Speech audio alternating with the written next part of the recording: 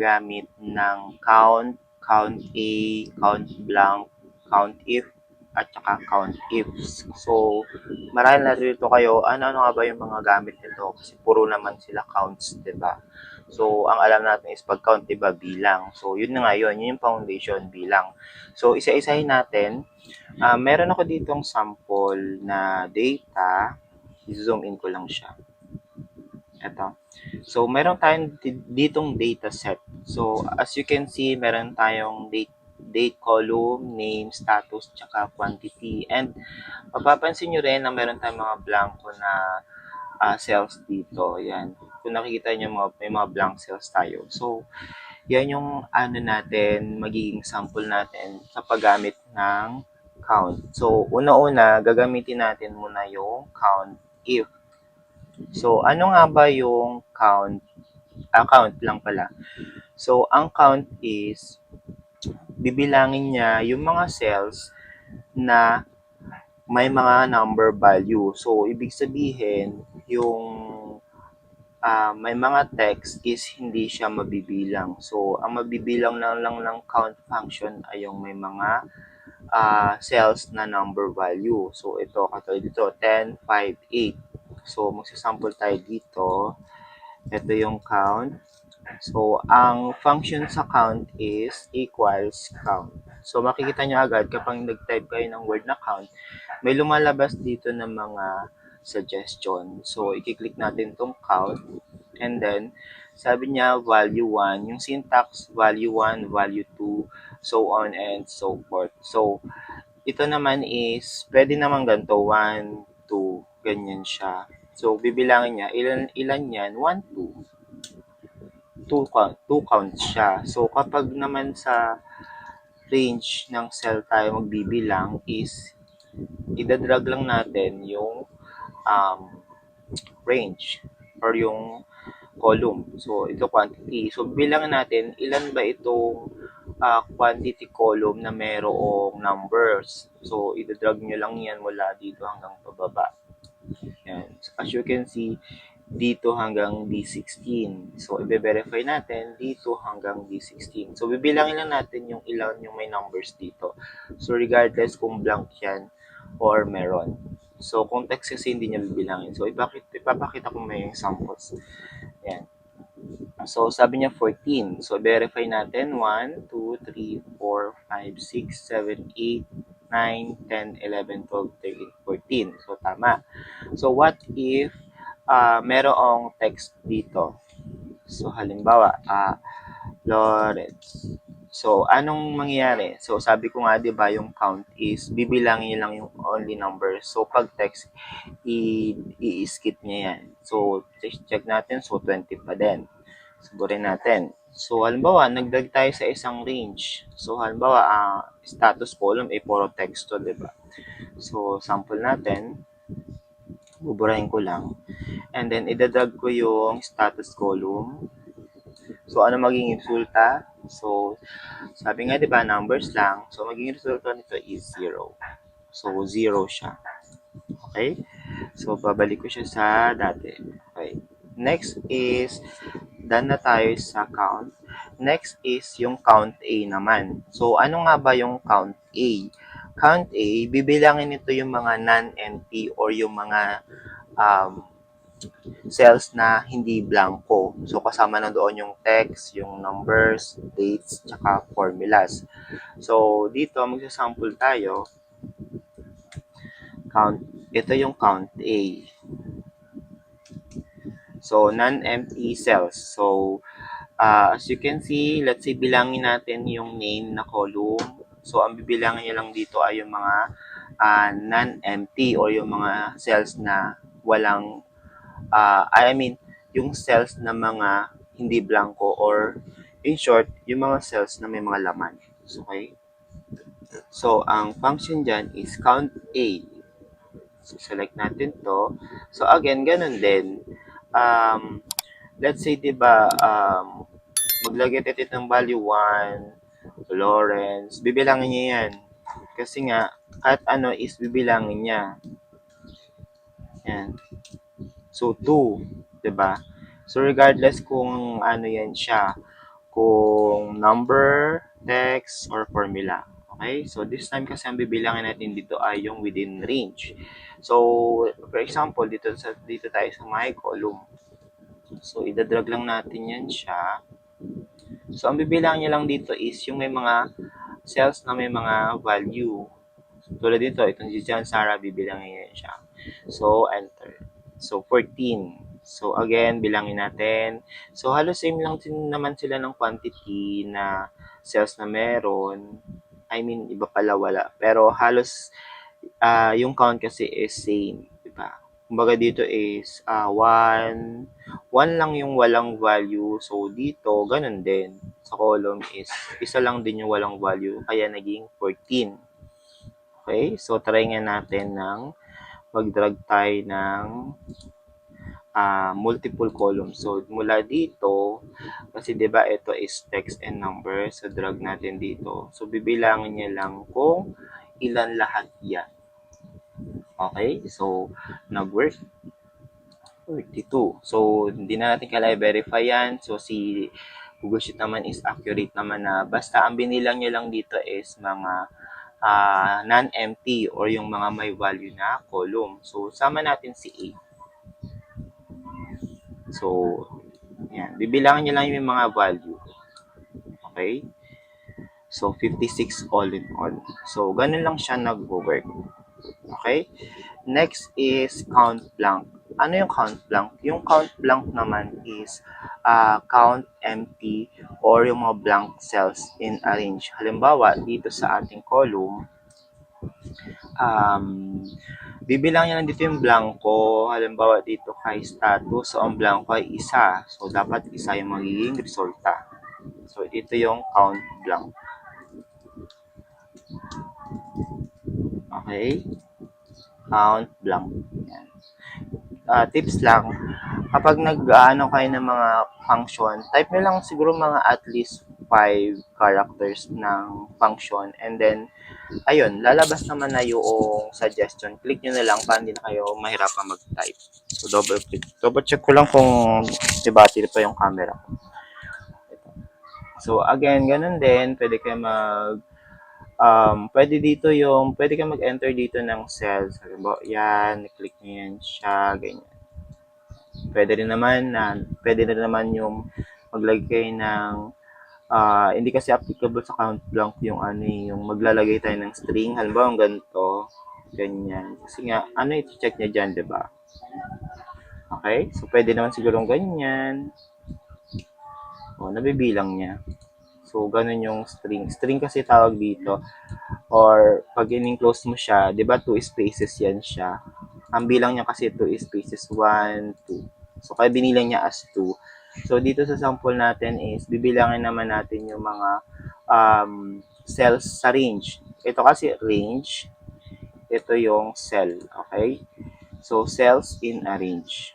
Okay? So, this time, bibilangin natin mula dito hanggang dito. So, ang magiging resulta niyan is isa kasi may isa tayong blanco.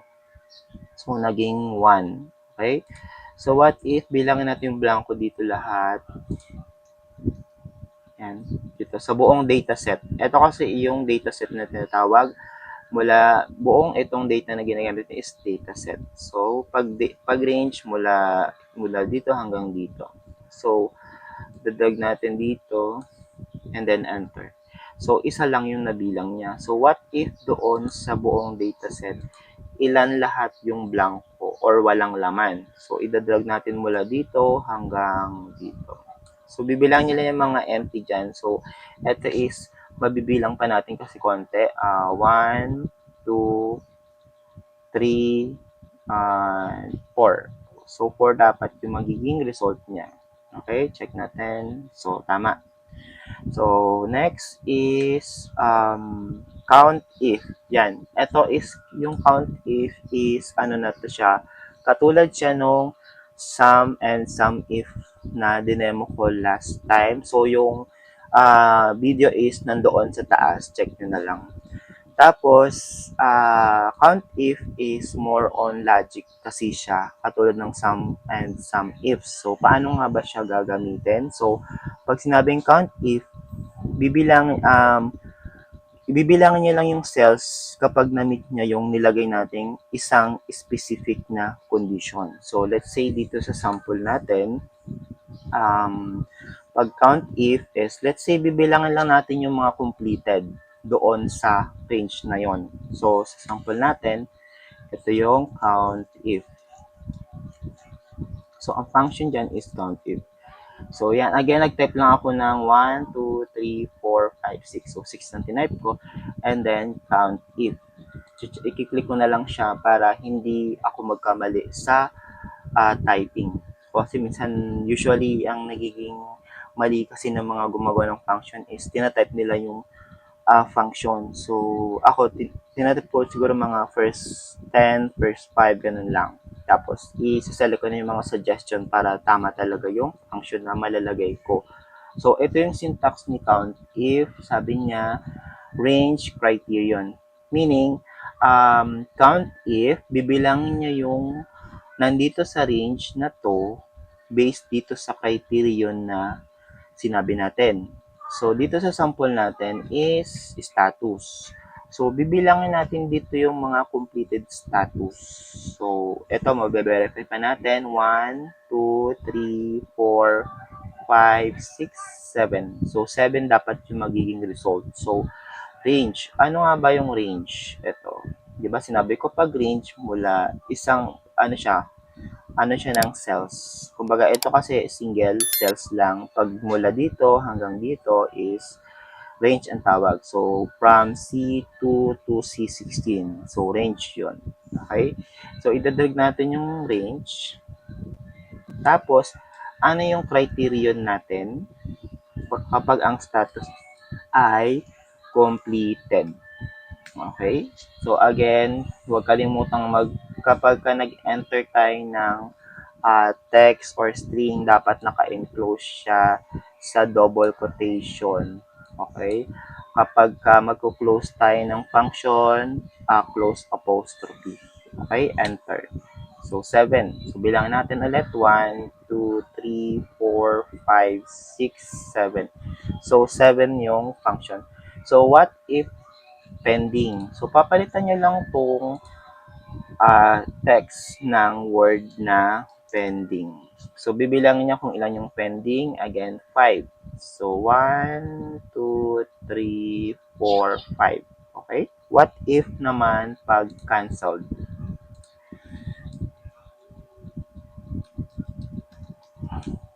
2. Okay?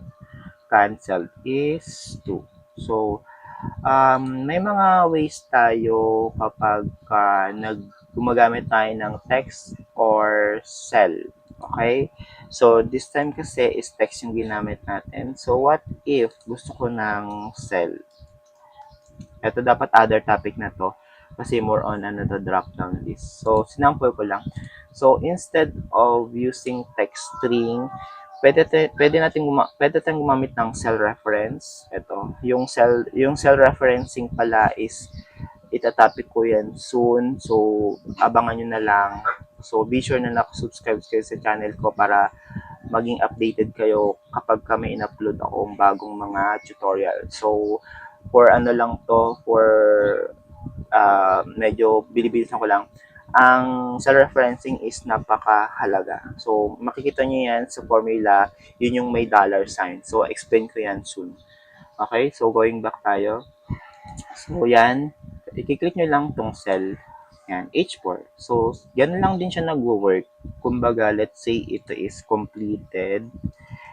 This one is kasi dynamic. Kumbaga, kapag nagbago yung value ng isang cell, doon niya i-base. Kumbaga, instead na naglagay tayo dito ng text na completed, na pending, na canceled, is nag-cell reference na lang tayo, which dito natin kinuha. Kumbaga, yun lang. So, delete na natin to, and then magsi-zero siya kasi wala naman tayong status na, meron pa tayong status na blank dito, kaya nag-set 0 din siya. Okay? So, balik natin to sa completed. So, I hope nagigets niyo sa referencing. So, napakagandang topic 'yon. So, abangan niyo 'yun. Okay? Next is count ifs. So, ano nga ba yung count ifs? So, ang COUNTIFs is count cells. Ito naman is mas marami yung criteria natin dito, 'di ba? Sa count if isa lang yung criteria natin. So sa count ifs is marami tayong criteria. Okay? Dito sa sample natin is bibilangin natin yung quantity column na may more than 10 na quantity. Okay? So dito sa ating data, makikita nyo, 'di ba? May mga quantity tayo na more than 10. So kung i-verify natin is isa equals or more than 10. So maging formula natin dito is greater than or equal. Okay? 10 ay 1, 2, 3, 4, 5. So meron tayong 5 na more than 10 quantity. So, dapat 10 yung i-display niya. Okay? So, ang formula dyan is count ifs. May S nga lang. Kasi what ifs, di ba? Pag marami kang ifs, so what ifs? So, ganun talaga sa buhay. Pag marami kang what ifs, so what ifs. Okay? So, ang primal dyan is medyo ganun, same lang din, pero mag-a-add tayo ng madaming um, ano dito. So, check na natin yung syntax niya. Lalakihan ko lang. Ay, nag-undo. Nag-hide. Okay.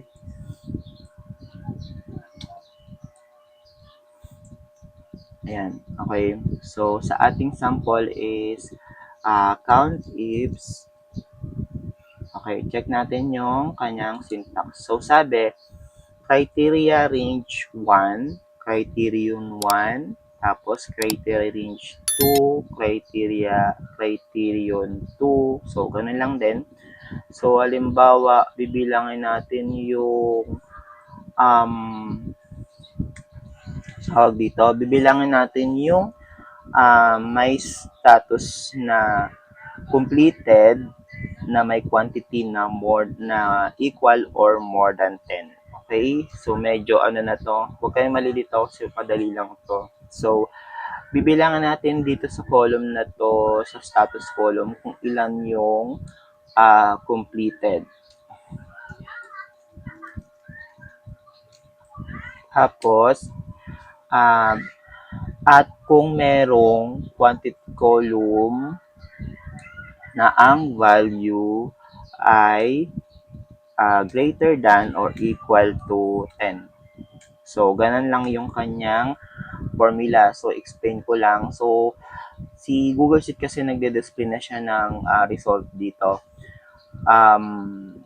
Bagong pa siya enter. So, yun yung kagandahan kay Google Sheet. So, meaning, sabi niya dito, ang CD ba natin is status column at yung D natin is quantity column. So, sabi niya dito is bibilangin niya yung mga may count. Ika-count, bibilangin niya yung mga completed at may more than or greater than or equal 10 na quantity.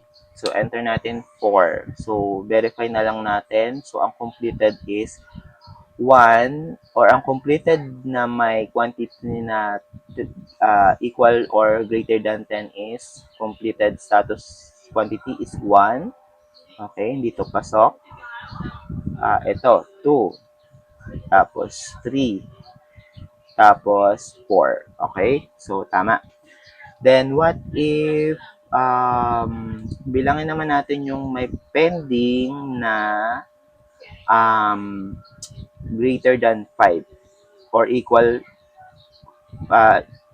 or greater than 5. Okay? So, papalitan nyo lang tong formula ng word na pending. So, again, pwede kong gumamit dito ng cell reference para maging dynamic siya. Okay? Papalit nyo lang ito ng 5. Okay. So, sabi niya 4.